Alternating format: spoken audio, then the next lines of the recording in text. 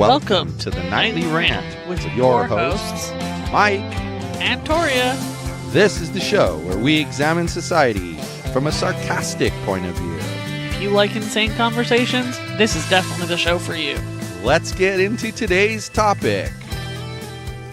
Well, I was finally able to catch up all of the crap that I was working on.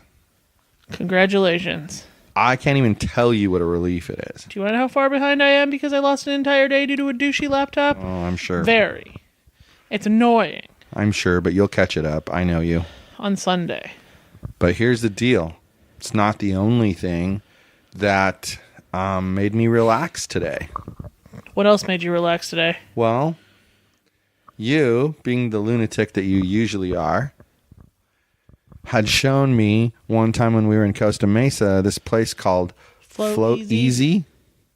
And basically it's like this giant pod, and they put like, I don't know, 10 to 12 inches worth of water inside of there and 1,000 pounds of Epsom salts. You do not have a choice but to float in that water. Pretty much. Like you sit down and you're like, I was trying to put my earplugs in and like my legs were starting to float and it was like tipping me back, and I was like, I don't want this salt water in my ears, damn it. I had to like force my legs to the bottom of the pool. And then as soon as I leaned back, everything was floating. Like I did not have a choice. It was really... Yeah, it's like it lifts your legs up, hold your head up. It was awesome. But it's weird because it's very similar to just doing meditation. Yeah, but it's like, okay, you try to meditate laying in the bed, and you feel very heavy, but you're always laying in a bed. Like, you're always aware that you're laying in a bed. But you try to, like, do some kind of meditation in that thing, and, like, all of a sudden, you're on, like, Jupiter because you feel completely weightless, and you can't tell where you are because it's, like, body temperature water. It's freaky. Well, it makes you feel like you're floating in air. It was really cool. I was thinking when I was in there, the only thing that would make it more cool is if they had like a wireless ear probe you put in your ear that tells it your exact temperature. And it warms the water to that exact temperature. So you wouldn't even feel the water. Like it was clearly warmer than my body because I could feel the warmth. When I got comfortable, I couldn't feel the warmth. Yeah, I could feel the warmth. But women have a higher body temperature than men anyway. Yeah, well, that's, we'll talk about that later in the show. And we will, too. But I don't know. I think that there's a few things that I would change, and some things that I think would be cool. Like, for one, I think it'd be cool if they had, like, some kind of, like, earbuds or something, instead of the music just being, like, through the pod itself. Because, like, for example, when the voice telling me I was done started talking, I couldn't understand a word it was saying. I was going to say... Because he was too super quiet. Yeah, I was going to say, especially if people fall asleep in there, which you apparently did. I didn't fall asleep. But if people fall asleep in there on a routine basis, well, they're not going to hear that voice. Right. And they say that, like, the video said that if you don't wake up, that the filter would wake you up. And you weren't in your pod room when the filter turned on. Let me tell you, that filter would wake your ass up. But it would be startling as hell. I bet. It was alarming. It scared the shit out of me, and I was in the shower at that point. But it was a nice setup.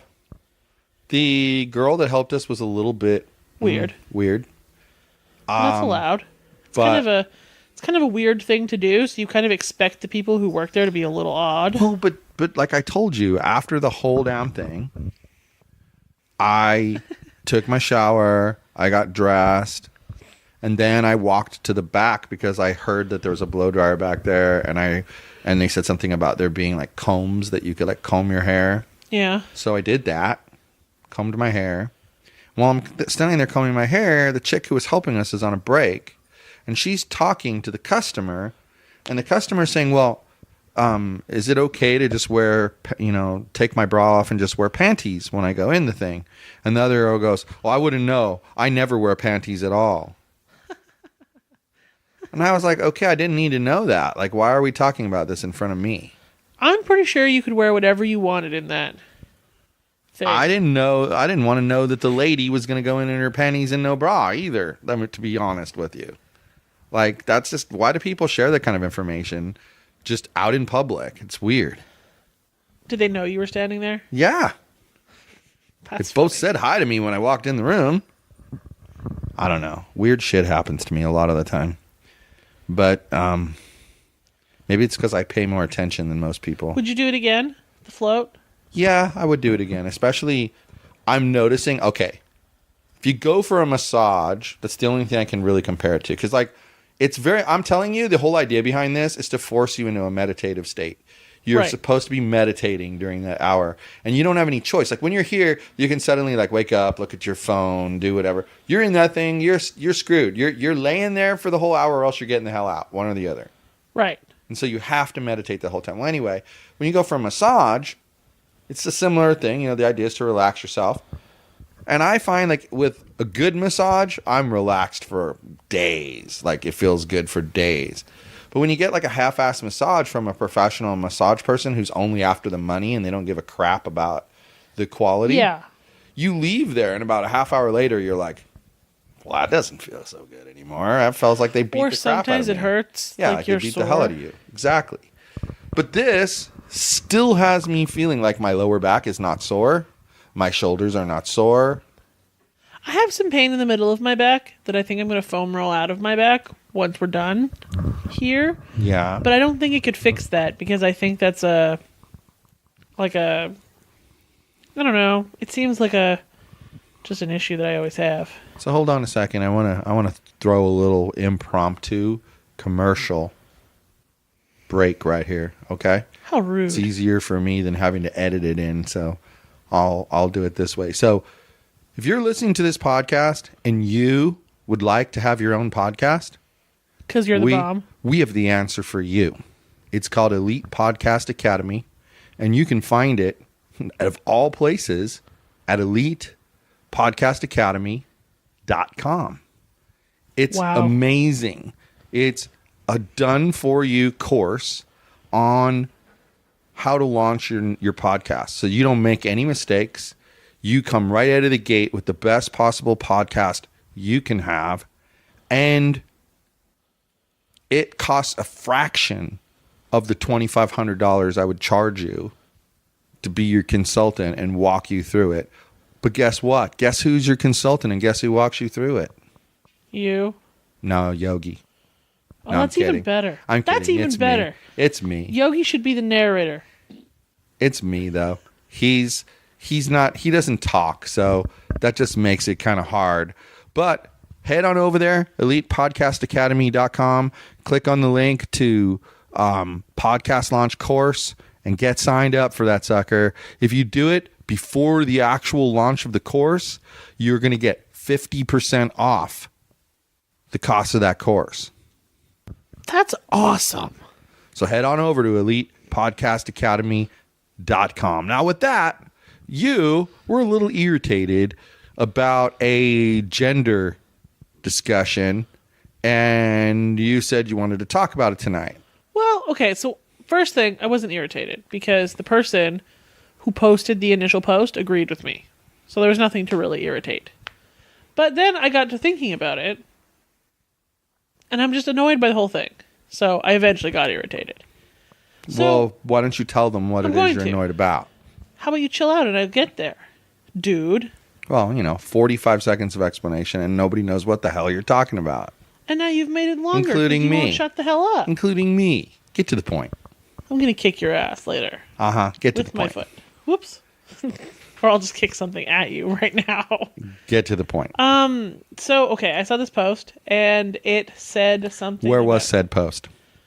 Instagram? Okay, Instagram post. Go I think it for was it. on Instagram. Anyway, and it was about the wage gap between men and women, and it was like a screenshot of something that Bernie Sanders said. Okay, so we already know it's probably not entirely true. Anyway, yeah, screenshot. And no, the statistics looked okay. So it said, like, the average white woman earns 87% of what the average white man earns. And then it... Hold on. 87% or 87% less? 87%. Okay, so 13% less. Yeah. Okay. Not. I was like, what the hell? And then it went on to give statistics of different races, but I really don't feel like I should be commenting on those because I'm ultra white. So I'm going to comment on the one that actually applies to me. Okay. So now I was thinking about it, and women make different life choices than men. Different things affect women than affect men, etc. Everybody has different life experiences, and I feel like it's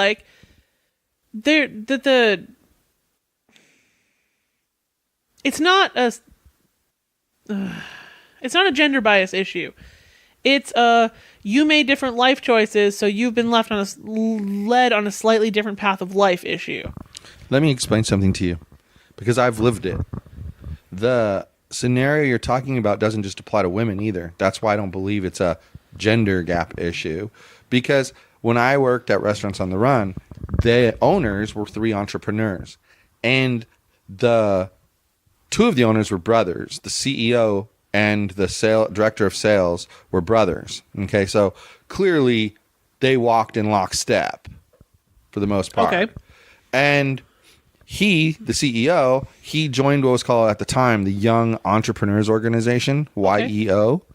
And one of the requirements is you had to run like $1 million in revenue in a year or something like that at the time. I don't even know what it is now. It's higher than that now.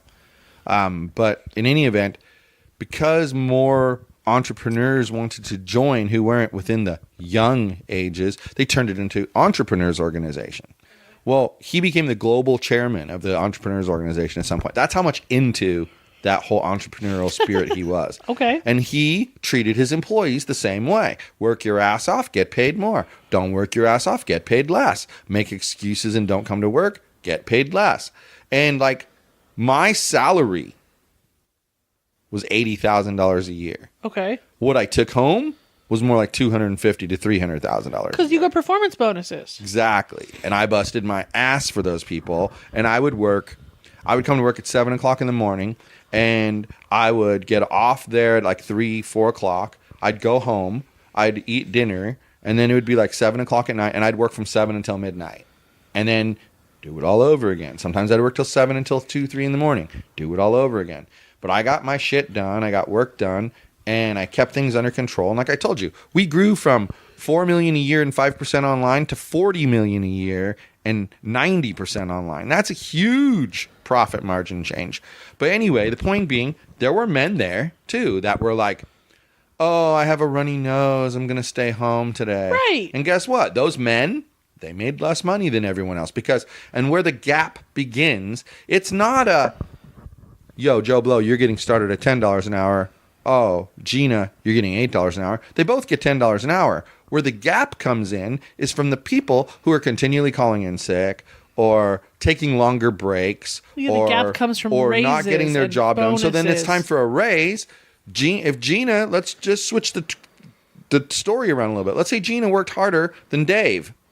Gina's going to get an 8% raise. Dave's going to get a 2% raise. Uh-oh.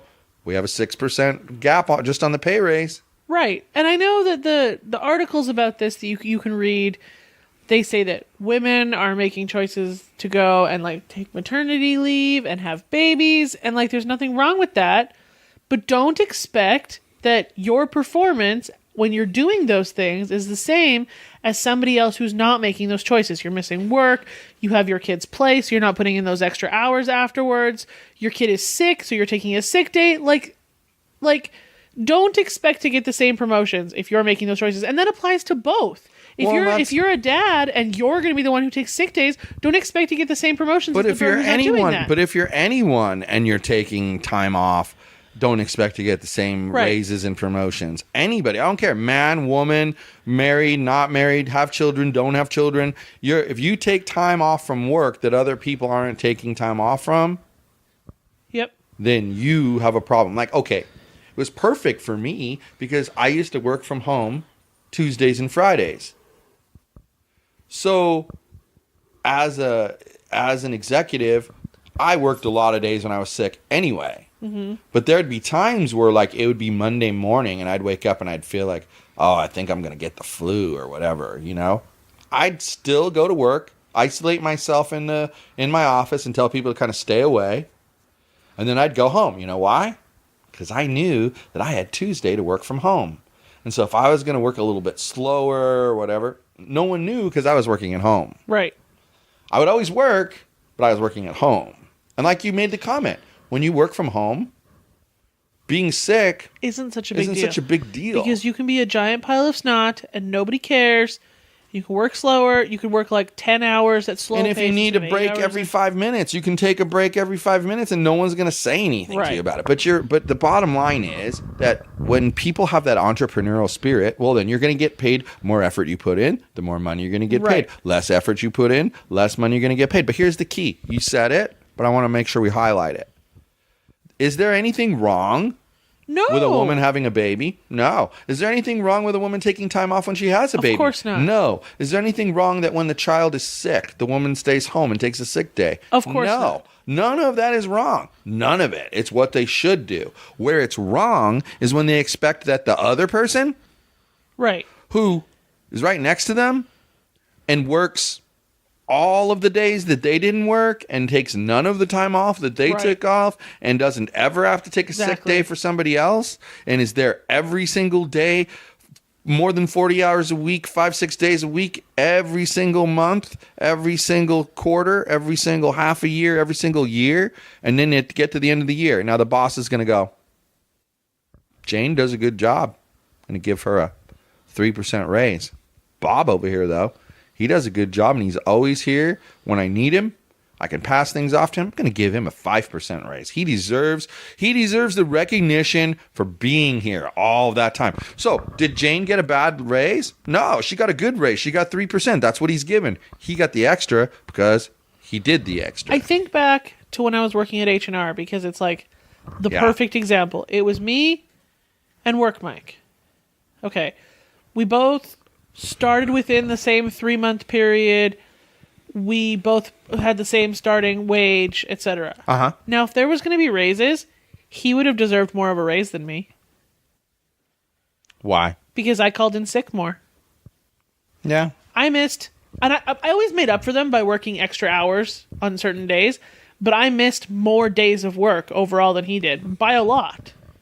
So if there was going to be a raise, he deserved it more he deserved more of a raise than I did. Well, and there you go. And I don't think that's unreasonable. And I can admit that. And it has nothing to do with me being female. It has everything to do with me not wanting to go to work some days. Like I made that choice. Well, I mean, I can even apply it to being self-employed. I think that, and we know this to be true, there's times where this is the hardest thing about being self-employed. So, and in a way, it's also fair that it be this way. And you'll understand in a second. So, when I'm employed by another company and they're writing me a paycheck, pretty much as long as I show up to work and move forward with my workload, they understand that sometimes I'm going to be faster and sometimes I'm going to be slower.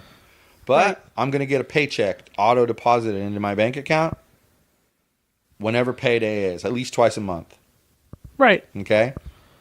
When you're an entrepreneur and you have some shit going on in your life that's stressing you out, like you're afraid that you're going to get sued or something's going to happen to you. Or you catch a nasty bug. Or you're sick. You can't rely on that paycheck coming because if you don't do the work, you don't get paid. Right. And that's why we're working on this whole system that we're working on because we want the business revenue side to kind of take care of us, not the other way around. Right. And so like something like the podcast launch service, if I could do one, think about that. If I could do one of those a week, it's extra 10 grand in revenue. I mean, right. And that's just one a week.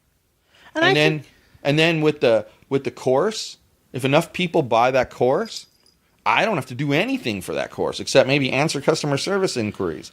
That's even the best case scenario. You're on autopilot. We could go to Vegas for a week, and spend money and come back with more money in the bank than we left with. Well, and I've experienced it I think in the back past. to last week, where you were sick, I was sick, then you were really sick, and I was really sick, and you were like, you should not work on Thursday. You should just hang out, be comfortable, relax, so you can get better. And it worked. I will not doubt this even for a second. But I was so freaking stressed out on Friday, Saturday, and Sunday trying to catch up the work from Thursday that I'm not entirely sure it was worth it. But see, and I think it is. Do you? As long as it's doable to catch up, I think it's worth it. Because here's the thing. Ultimately, you'd have fallen that far behind anyway. Because you're not going to move as fast when you're sick. So if your sickness lasted for like 5 more days, that's 5 more days of you screwing up your workload. Well, yeah, and it's stressful because you're already sick, so you know you're not working at your capacity. And so things are taking longer. So you're either working more hours or things are not getting done. One or the other. And then you add the stress of, well, if this shit doesn't get done, then I'm not going to get paid. Right. So you have to do it and you just get the work done. And that's my point. You can't just sit back and rely on a paycheck. Right. You have to bust your butt no matter what. And so that's why I say people with an entrepreneurial spirit are going to bust their butt no matter what. And other people are going to just kind of be like, ho hum. And I'm going to say this too. Look at you. You're the same person. But back then, you'd want to call in sick. Now, because it's your livelihood and your business and your reputation, and you don't have a paycheck that's just going to come to you, whether you go to work or you don't go to work, you care more about it. Dude. So you're the same person. I would call in sick because you and I would stay on the phone too late. Sometimes. Let's be real. That's not an excuse. Right. There's always hey, I got to go to bed now. But no, it's that I'm saying I would call in sick sometimes because we would stay on the phone too late and I didn't feel like going the next morning. Not often, obviously, but my point is, it's still you're the same person and you don't do that now. So the point is, it's not just that people are that way. It's all about your attitude about the job you're doing too. And if you would have let me finish what I was going to say, I was about to agree with you. Nah, you weren't. So go eat a dick. I don't believe that you were going to agree with me. Hey, so I want to say something because he just reminded me over there. The Dunk Man, I think we mentioned in one of the shows that the Dunk Man got adopted. My gosh, did he get adopted by the most perfect people for him? Perfect people. Like we're going to pick him up tomorrow, which is Saturday. It's a Friday right now. So it's Saturday. It's the day before Super Bowl. They were going to pick him up. And she calls me and she says, hey, I wanted to ask you this. I took some time off to be with him when he comes, and now my work is asking me to postpone that and go down to Mexico, and I won't be back until Tuesday, and I'll leave on Sunday. She goes, I can still take him if you want on Saturday, and then my friend will watch him, but I'm not sure he'll be that comfortable with that. I said, you know what? Just keep him with us until Tuesday, and then just pick him up on the way from Mexico to going home. She goes, oh, I'm so glad you said that. That's what I was hoping that you would say. Such nice people. And she's posting on her Instagram pictures of Dunkin. I mean, they love this dog. And they don't even have him yet. Mr. Wiener has a new family. It's amazing, Mr. Wiener. And he has a brother named Dim Sum. I love that name for that dog. Dim Sum is the cutest wiener dog I've ever met in my life. He's really cute. FYI. Yeah, he's super cute. Dim Sum gets an A+ in my book. If they wanted to trade us Dim Sum for Dunkin, it could happen. He's so cute. He is really cute. So, I guess bottom line, we both agree that there is no wage gap between the genders because of gender. No, the wage gap exists, and I feel like that shows that women make slightly less work-oriented choices. Slightly less, though. 13% doesn't seem like a whole crap load less. And now, I'm going to put this disclaimer on here, because I'm not saying this to discount people who legitimately have ultra-sexist bosses who actually pay them less because they're female or because they're male. Because they exist, I know this, but I don't feel like they're the norm.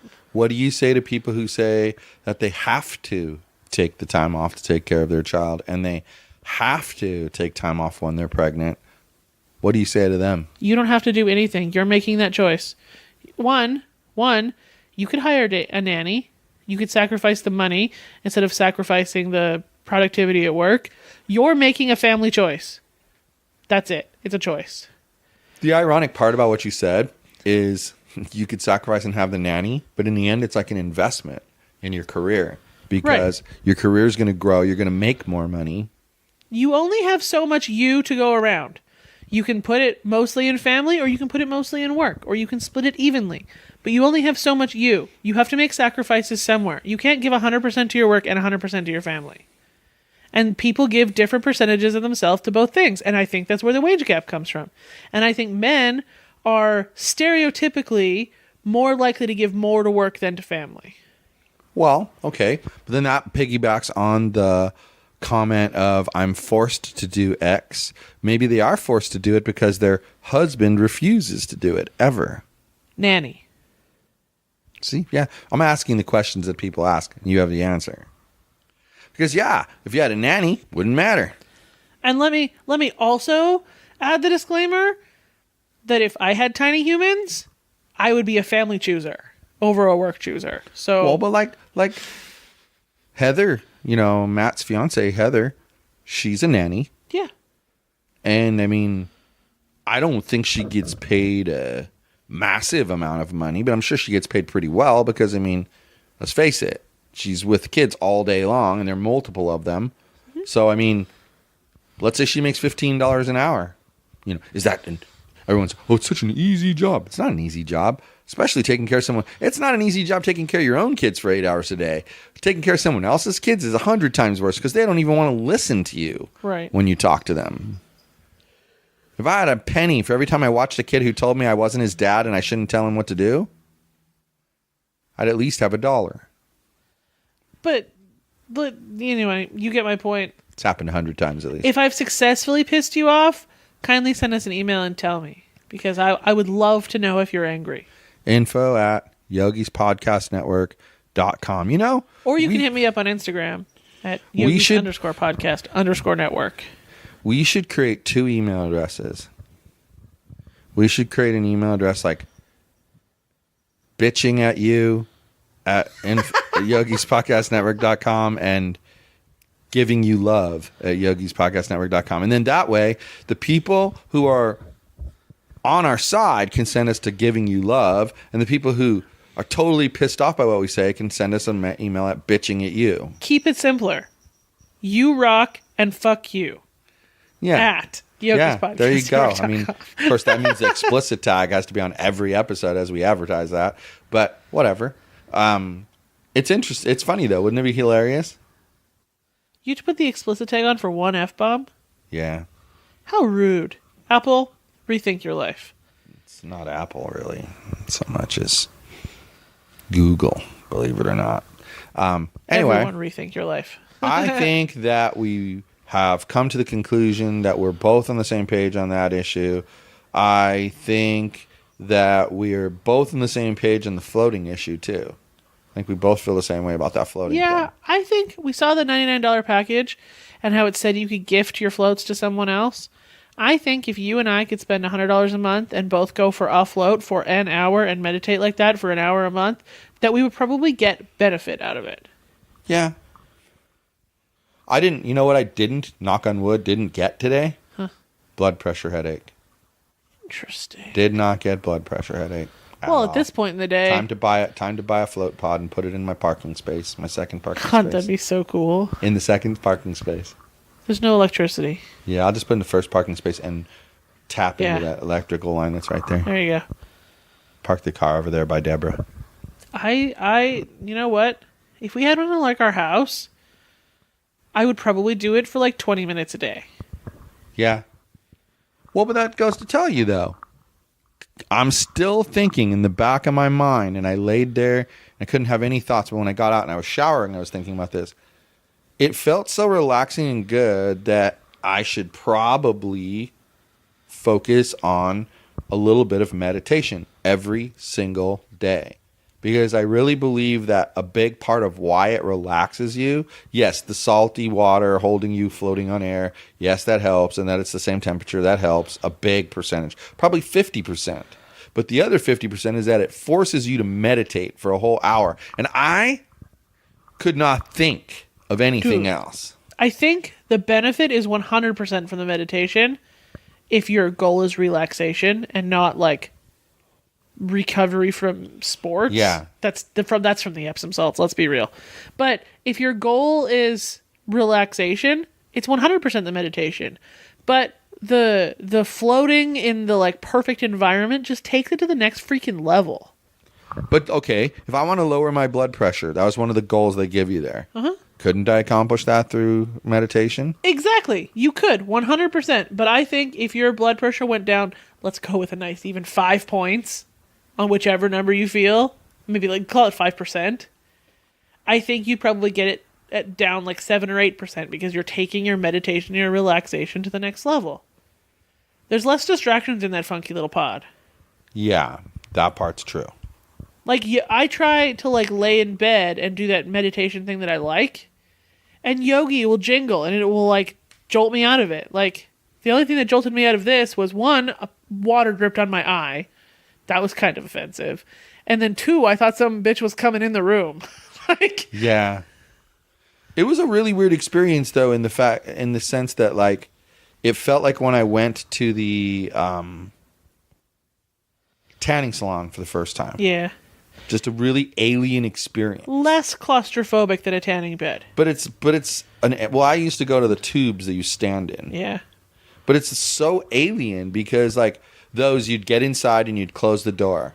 And then you'd take off your clothes and you'd either get naked or you'd get down to like just your underwear. Then you'd go inside this other room, close the door and turn on the dial and the heat lamp would come on.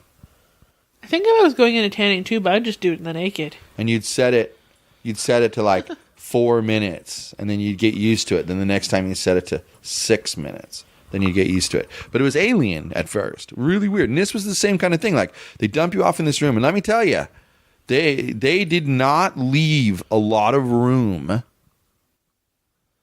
for extra walking space.